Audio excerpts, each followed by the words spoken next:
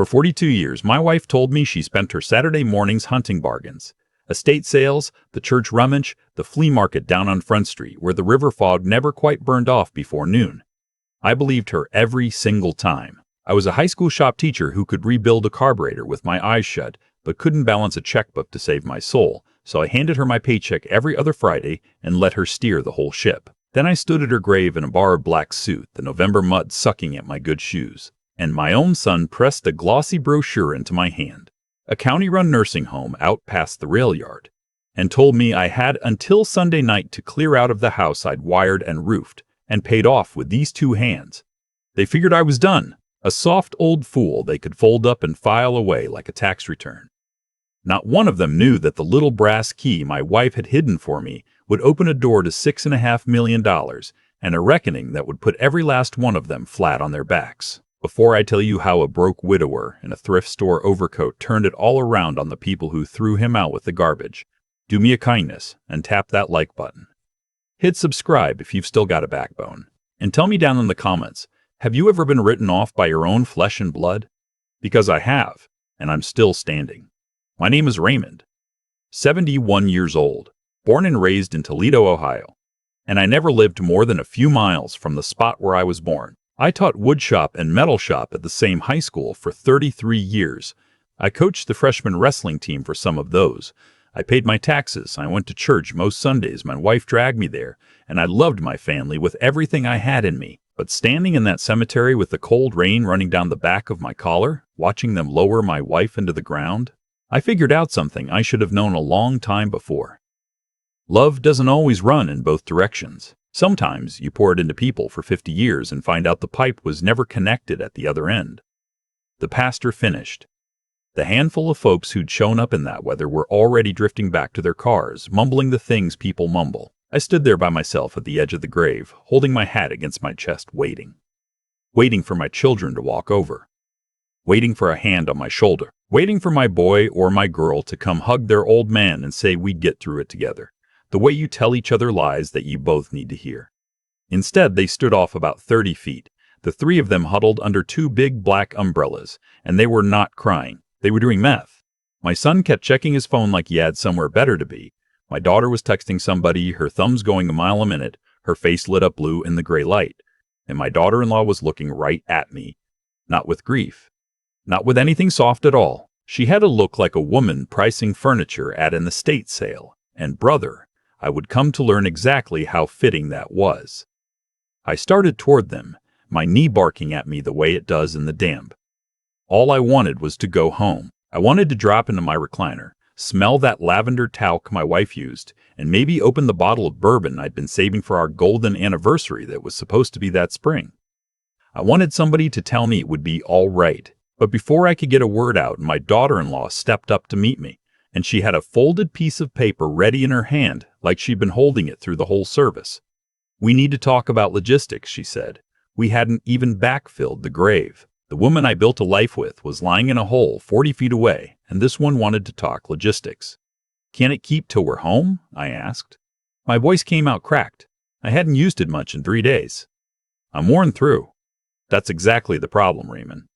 She handed me the paper. It was damp at the corners, but I could read it fine. A brochure for a place called Maple Crest. And I knew Maple Crest.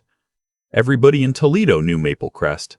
It was where the county sent folks who had nobody and nothing.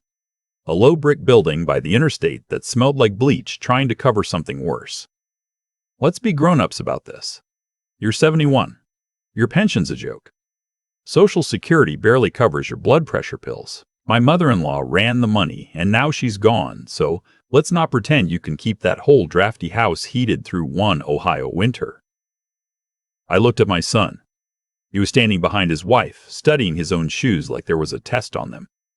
"What's she talking about?" I said to him. "That's my house, son. I poured the back patio myself. I made the last mortgage payment in 2001. I've got the framed check on the wall." He couldn't look at me. He never could when she was in the room. "Dad, it's complicated," he said.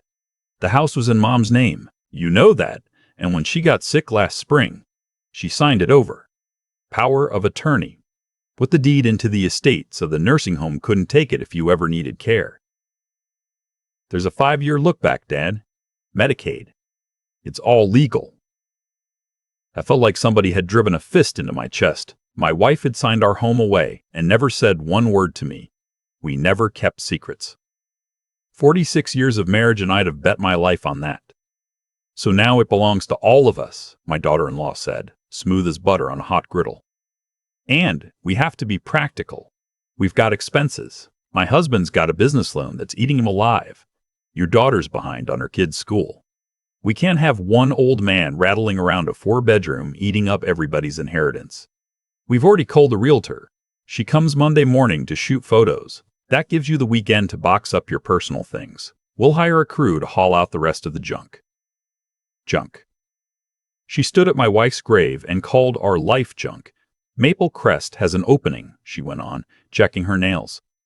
Semi-private. You'll have a roommate, which is good. Keeps a person social. The van comes Sunday evening. It's handled. I looked at my daughter.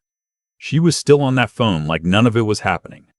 I looked at my son, who looked like he wanted the ground to take him too, and I looked at my daughter-in-law, smiling that tight little smile I'd learned to hate across 15 years of Thanksgivings. You can't put me out of my own house, I said. The brochure was shaking in my hand. We're not putting you out. We're placing you. It's responsible. And honestly, Raymond, it's what she'd have wanted. She wouldn't want you being a burden. That word. Burden. For 42 years, I worked summers laying asphalt so my kids could go to camp. I drove a rusted-out pickup so they'd have braces. I gave them everything I had and most of what I didn't, and now, standing over my wife's grave, my family was setting me out on the curb like a busted water heater. I straightened up. My knee was still screaming, but something cold had started to burn behind my ribs. You're giving me till Sunday, I said. Sunday night. Be ready.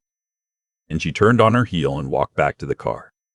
My son mumbled, "Sorry, Dad," and trailed after her like a dog that's been kicked enough times to stop expecting different. My daughter got in the back and pulled the door shut without ever once looking at me.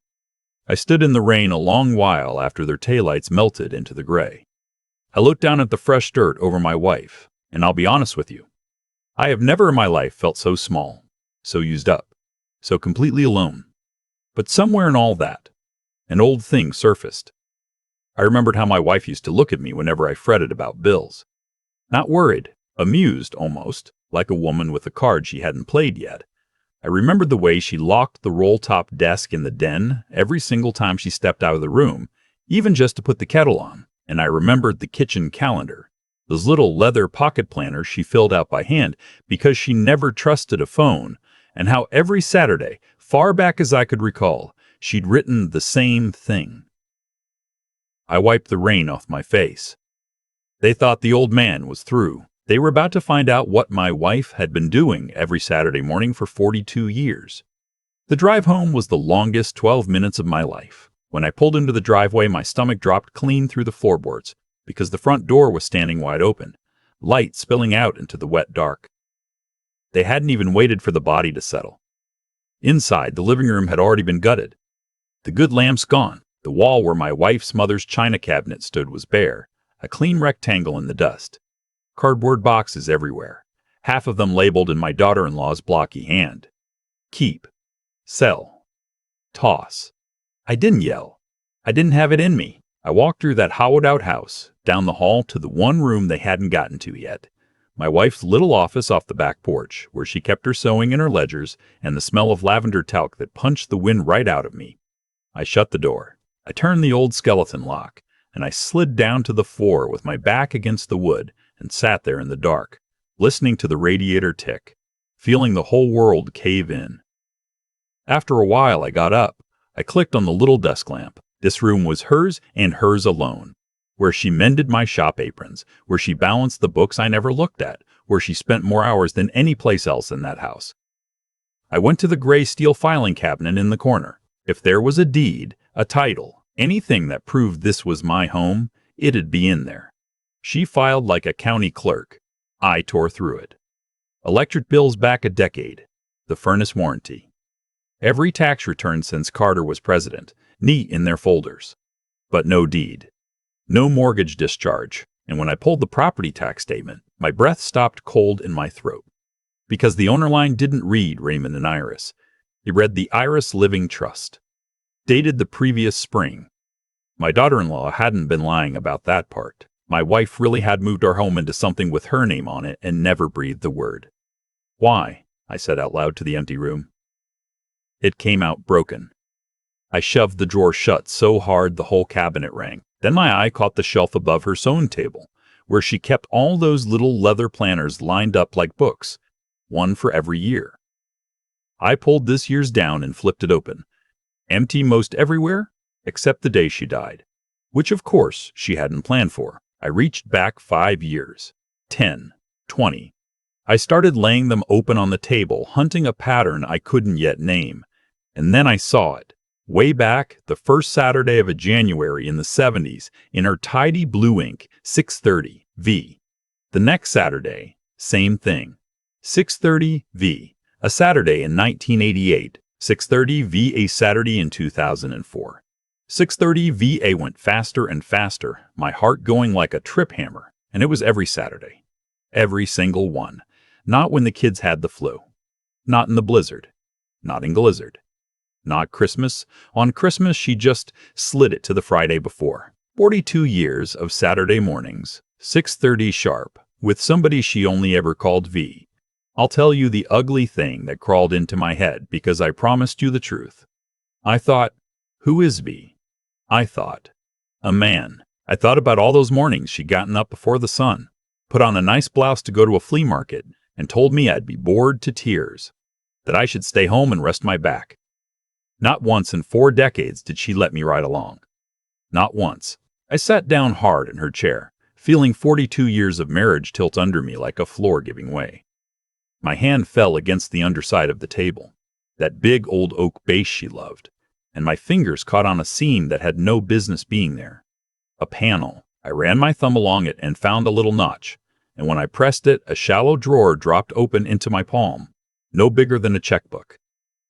There was no money in it, no letters, just one thing, lying on a square of green felt. A key, heavy old brass gone dark with handling, long-shanked with funny teeth and a round head. Stamped into one side was a number 217. Stamped into the other was a small worn mark I knew the second I saw it. The crest of Maumee Valley Mutual, the oldest savings outfit in town, down on Madison, where the marble lions sit up front. We never banked there. Not once in our lives. We kept our nickels at a little credit union by the school. I turned that key over and over. 217. V. And it landed on me all at once. V wasn't a man at all. V was the vault. And the appointment. 6:30 every Saturday with somebody she called by an initial. There was an old fellow ran the private side of Maumee Valley for 30 years, a man my wife had mentioned maybe twice in passing. His name started with a V. I sat there in the dark with that key biting into my palm and I cried, but it was a different kind of crying than the grave. My wife hadn't been meeting a lover. She'd been keeping something, hiding something, and whatever was behind door 217, she'd left me the way to it. The bank didn't open till 9. I had hours. I showered. I shaved. I put on the same funeral suit because it was the only one that still fit. And at 5 of 9 on a raw Saturday morning, I was standing on the wet marble steps of Maumee Valley Mutual, smoothing down my lapels and catching my reflection in the glass. I looked like exactly what they'd called me. An old man come to beg for an extension on something he couldn't pay. My eyes were sunk and red. My cuffs were frayed. The young security guard inside took one look at me and shifted his weight, sizing me up, vagrant or just lost. I walked past him to the teller line, empty that early, and laid the brass key on the cold counter in front of a young woman whose name tag read, Dana. She didn't look up right off. They never do. Then her eyes dropped to the key, and to the number stamped in it, and to that worn old crest, and the whole color went out of her face. "What's your name, sir?" she said, very quiet now. "Raymond," I told her, "and then my last name." She typed it. She stopped. She stopped. Her hand went not to dial an extension, but to a single red button on the side of her console, and she pressed it, and she said, "Would you wait right here, sir? Please don't leave." My heart took off. This was the bad news. My wife had left a debt so big it tripped an alarm, or that box held something she'd had no business holding. And any second now, they'd walk me out in cuffs, and my daughter-in-law would tell the realtor the old man was a criminal too. I thought about bolting, but my legs had turned to wet sand. I was frozen right there on the marble. Then footsteps, quick, heavy, coming from the offices in the back, and a man crossing the lobby in a suit that cost more than my truck. Silver hair. The kind of bearing that makes a room go still. He was practically jogging, and he was coming straight at me. I braced for the worst. "Raymond," he said, loud enough to turn heads. He stopped in front of me, a little out of breath, and looked at my face the way you look at someone you've waited a long time to meet. And then his eyes went soft and wet, and this stranger in his $1,000 suit reached out and wrapped me up in a hug like I was his own brother come home from a war. "We've been waiting on you," he said by my ear. "She told me you'd come the first Saturday after she was gone. She knew you'd find it." He pulled back and held me by both shoulders. "I'm so sorry for your loss, son. She was the finest mind I ever sat across a table from. 42 years. I'll miss our Saturdays till the day I die." I couldn't make my mouth work. Behind me, the teller stood with her hand over her lips. "Sir, I finally got out. I found this key. I don't know what she owed you. I don't have much. He laughed, but kind, the way you laugh at a man who's scared for no reason. "Oh, at us. Oh, Raymond. Come on back. Let me show you what your wife built." He swiped a badge and walked me through doors I'd never have gotten near, down a quiet carpeted hall lined with oil paintings of dead men in high collars, past glass offices where young people looked up and stared at the branch manager personally escorting some old-timer in a mothballed suit. We came to a steel door at the end. He laid his palm on a little scanner. The bolts thunked back, and we stepped into a small, cold room walled floor to ceiling with steel boxes, a single wood table in the middle. He found 217, a big one, near the bottom, twice the size of the rest. "Your key, Raymond." I handed it over with a hand that wouldn't quit shaking. He fit my key in one lock and his own master in the other, and turned them together, and slid out a long steel drawer so heavy his arms strained carrying it to the table. "Sit," he said gently. I sat. I stared at that gray box like it was a coffin.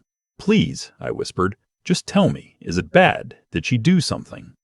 He looked at me with something between pity and pure respect. "Bad. Raymond, your wife was the most patient, most disciplined investor I have known in 50 years of this business. Every Saturday at 6:30, she sat in my office before the doors opened. We'd have coffee, and she'd build something for you, a little at a time, for 42 years.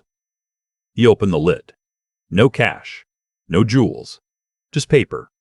Thick cream stock with gold seals and watermarks, stacked and bound and filed with the same dead-level care she gave her recipe box. I lifted the top one with 2 fingers. A stock certificate dated 1983 in a Midwest household goods company everybody's grandmother owned. Under it, a deed to a brick storefront on Adams Street downtown. Under that, a deed to a 4-unit on the east side that I drove past twice a week and never once knew was ours. A statement from a brokerage in Columbus with a number on it so long I had to read it 3 times before it made any sense. "What is this?" I said. My voice was a thread. "This is," he said, "is what she did with the money you never missed." He smiled. "You handed her your check and told her to keep a little back for a rainy day. $40 here, $50 there. She didn't spend it on coupons, Raymond. She brought it to me. She bought when the whole town was selling. She held on when grown men were panicking. And every now and then, she'd find some piece at one of those estate sales for a song, and we'd turn it into more." He paused. "She had a valuation run last month when she knew. Real estate and the brokerage account together, $6,400,000 and change." The room turned a slow circle around me. I was a man being shipped to a county home because I couldn't cover my own heat, and sitting in front of me on that scarred wood table was enough to buy the home, the realtor, and the whole greedy lot of them twice over. I put my face in my hands and I wept, and I didn't care who saw. He reached in and drew out one last thing, a small black leather book, the kind she balanced the household in. "And she left you this," he said. Called it her black book. Said you'd want it for what came next.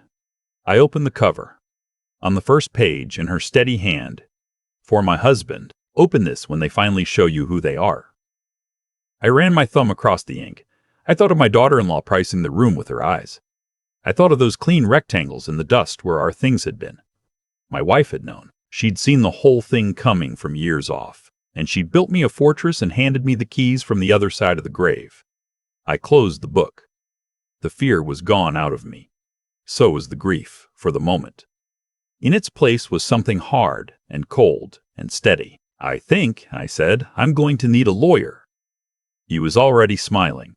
"I have the meanest estate attorney in Northwest Ohio on retainer. He hates a bully more than he loves money, and that's saying something." He picked up the phone. "Shall I call him?" I stood up and squared my old shoulders. I didn't feel like a beggar anymore. "Make the call," I said. The lawyer met me that afternoon, a wiry fellow with a handshake like a bench bee's. He read the trust documents for 20 minutes without a word, and when he finally looked up, his eyes were lit, like a man who'd just been handed a Christmas he didn't expect. Because here was the thing my children never bothered to learn. The thing my daughter-in-law had banked on me being too dumb to check. My wife had put the house and everything else into a revocable living trust, and the trust named exactly one successor. Me. Not the estate, not the kids. The power of attorney they'd waived at the cemetery had let her move things around while she was alive. It died the second she did.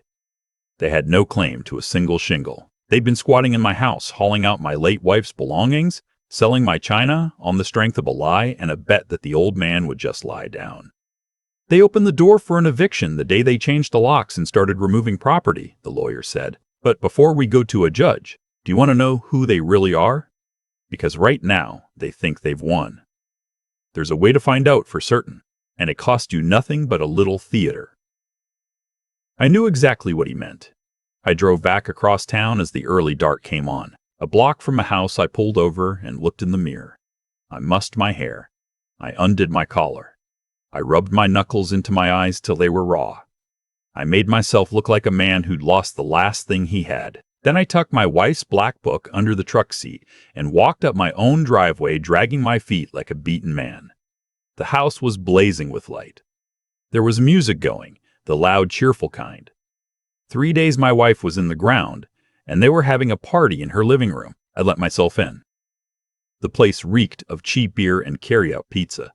My son and his wife and my daughter were sprawled across what furniture they hadn't sold yet. The coffee table buried under car brochures and printouts of beach rentals. Spending money they hadn't gotten. They froze when they saw me. My daughter scrambled to kill the music. My daughter-in-law recovered first. "Raymond, we thought you'd be packing. The crew comes Monday. You can't just wander in and throw us off. We're handling the estate." I didn't answer. I dropped into the nearest chair and put my head in my hands and let out a long, shaking breath. "Something's happened," I said. "What now?" my son sighed, more bored than worried. "I went down to the bank today. The room went so quiet you could hear the refrigerator hum. Greed has a sound. Did you know that? It's the sound of 3 people holding their breath. There's a problem. A tax lien. The IRS. Some filing your mother got wrong years back, and the penalties and the interest, it's a mountain now." My daughter-in-law leaned forward, sharp as a hawk. "How much?" $41,000, I said. "And because it's joint and I can't pay it." The man said it could be fraud. He said if I don't come up with it by Friday, they could put me in front of a judge. At my age. I let my voice break clean in half. I could go to jail. She came up out of that couch like a struck match and hurled her wine glass into the cold fireplace, where it burst into 1,000 pieces. $41,000. That stupid, useless woman, she couldn't even die right. She had to leave us a bill. My son said her name, weak, and she rounded on him. "Don't you dare. We were counting on that house. We've got real debts. Now I'm supposed to clear the IRS before we can even list it?" I watched the woman who'd eaten at my table for 15 years call my dead wife stupid and useless, and I watched my son sit there and study his beer and say nothing. I reached for his hand. It was limp and cold as a fish. "Son," I begged, "please, I can't go to jail. It'd kill me. You and your wife, you've got savings, or you could take a loan just till the house sells. I'm your father." He pulled his hand back like I was catching. "Dad, be real. We don't have 40 grand sitting around. That's the whole reason we need to sell." And we sure can't take a loan for your tax mess. We've got our own credit to think about. I turned to my daughter. My little girl. The one I used to carry on my shoulders to the parade downtown. Honey, please, I'm scared. She clutched her purse to her chest like I might lift it. She looked at me with something close to disgust. Dad, I can't. I've got the kids. Maybe, I don't know, maybe sell something. Sell what? I said. You took the silver. You took your mother's rings. There's nothing left. And figure it out. Her face cracked and the kindness fell right off it. This is your mess. Yours and Mom's. You fix it. Don't look at us. So there it was. The whole test in one room. Help your father keep out of a cell, or protect your slice of the sale, and they failed it. They didn't just fail it, they failed it with their whole chests. So that's it, I said quietly. You'll just let me go under. You did this to yourself, my daughter-in-law said, smoothing back down into command of herself. By being clueless your whole life. And honestly, if you're in legal trouble, we can't have you here. If police come around, we don't want our names anywhere near it. She walked to the front door and hauled it open. Cold November air poured in. You need to go. Tonight. My son had already gone to the hall closet. He came back with 2 black trash bags and dropped them at my feet. Your clothes, he said. I bagged them earlier. My whole life, in 2 garbage bags. Where am I supposed to go? I said. Maple Crest takes emergency intake, she said. Or a shelter. It's not our problem, Raymond. You're a grown man. And she put her hand on my arm and pulled, hard, her nails biting through the sleeve. And I let her drag me out onto the porch, because I wanted to feel every ounce of it. I wanted to remember it perfect. My son tossed the bags out after me. They hit the concrete with a wet slap. Key, she said, palm out. I reached in my pocket. My fingers brushed the brass key to box 217, and Lord, I almost smiled. But I pulled out the house key instead. The door I'd hung, the deadbolt I'd set, and I dropped it in her hand. She slammed the door. I heard the bolt, then the chain. And then, through the door, I heard them laugh. That loose, giddy, relieved laughing. My daughter saying, "Can you believe him?" My son saying he always lands on his feet. The house is ours now. I picked up my bags. I carried them to my truck and laid them in the bed, and I stood there in the cold looking back at that warm yellow house I was barred from, and I waited for the sadness. It didn't come. It had burned off like that river fog. They'd weighed me and found me worthless. They made their one fatal mistake. They thought the game was over. It took my lawyer 11 days. We didn't kick the door in. We did it the way my wife would have wanted. All on paper, cold and clean and final. The first they knew of it was a process server on a Tuesday morning, while the realtor was out front planting her sign in my yard. A notice that the property was held in trust, that they were occupying it unlawfully, and that an inventory of the items they had removed and sold, the china, the silver, her rings, the good lamps, was attached, with a demand for return or repayment. My son called me 40 times. I let it ring. My daughter-in-law left a message screaming that I'd lied about the IRS, and my lawyer near about danced when he heard it, because there is no fraud in a man telling his family a sad story in his own living room. But there is a great deal of trouble in selling another person's property out from under a trust. I bought my own house back, in a sense. I never had to. It was always mine. But I had the locks changed, and I sat in my recliner that first night with my wife's lavender still in the curtains, and a glass of the golden anniversary bourbon. And I let myself be home. My son and his wife had nowhere to land. His business loan came due. Without the house money they'd already spent in their heads, the whole thing folded, and the bank took the truck and the boat they'd financed against a sale that was never coming. My daughter moved into a one-bedroom across town and went back to work at a dentist's front desk, paying down what she owed me a little at a time, because I did not forgive the debt, and I will not, because forgiving it would have robbed her of the only lesson she had left to learn. I'm not a cruel man. I want you to understand that. When the dust settled, I sat at my wife's old desk and I did the math on what they cost me and what they cost themselves, and I felt no joy in it, only a kind of tired peace. I took $6.5 million and I did with it what I believed she'd have done. I set up a fund in her name through that bank, a thing that helps widows and widowers in this county get a lawyer and a square deal when their own families come circling. The old fellow with the silver hair runs the board with me. Every Saturday at 6:30, doors still locked, we have our coffee, and we keep her work going. I keep her picture in my wallet, the one from her garden with the dirt on her gloves, and that knowing little smile. And I take it out more than I should. For 42 years, I thought I was the strong one, the provider, the man holding the storm off his family. I had it exactly backward. She saw the whole thing coming before the first cloud, and she spent her life quietly building an ark so I'd float when the flood came for me. Not a flood of money troubles, because money's the easy thing to fix. She built it to save me from something worse, from being thrown away by my own blood and believing, even for one night, that I deserved it. If you take one thing from an old man, take this. Money doesn't change people. It just turns the lights on so you can finally see who's been sitting across the table from you all along. The ones who love you broke. The rest are only waiting for the reading of the will. Talk to your spouse about the money while you both still can. Keep no secrets except the kind that protect, the way she did. And never ever let anyone convince you that your dignity lives in your bank account. It lives in how you stand back up after the people you'd have died for decide you're worth less than the furniture. So tell me what you think. Was I too hard on my own children? Or was that the expensive lesson they'd spent their whole lives earning? Let me know down below. And if there's any fight left in you, hit subscribe, and I'll see you next time. For 42 years, I thought I was the one holding our family together, and the truth was the other way around the whole time. My wife saw the storm coming long before I felt the first drop, and instead of frightening me with it, she went out quietly every Saturday and built me a wall to stand behind. That's the part that still keeps me up some nights. Not the betrayal at the grave, the patience it took her to love someone that steadily, for that long, without ever once needing the credit. Here's what I keep coming back to. None of what happened to my children happened by accident. They didn't end up broke and ashamed because the world was cruel to them. They ended up there because of choices they made in a warm living room with the music playing 3 days after their own mother went into the ground. Cause and effect doesn't care how you were raised or how much your father loved you. You treat people like furniture, and one day you wake up sitting on the curb yourself. I didn't have to punish them, I just had to stop catching them, and gravity did the rest. If I could put one thing into the hands of every person watching this, it wouldn't be money.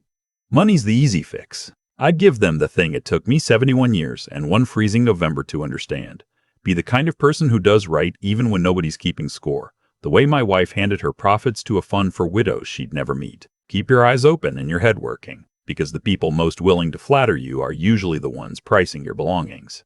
My daughter-in-law smiled at me for 15 years, and I never once did the simple arithmetic on that smile. And when life knocks you flat, and it will, it knocks everybody flat eventually. Find out what you're made of by how slow you are to stay down. I was 71, broke on paper, locked out of my own house in the cold, and I got up anyway. Not because I'm special, because the alternative was letting them be right about me. My wife never lectured me about any of this. She just lived it, Saturday after Saturday, while I slept in and never asked a question. The lesson was sitting in that vault the whole time, in her steady handwriting, waiting for the day I'd finally need to read it. Don't wait that long with the people you love. Talk about the hard things now. Look squarely at who's standing across the table from you while you still can. And whatever they do to you, don't let it convince you that you're worth less than they decided. Your dignity was never in the house or the bank or what your children think of you.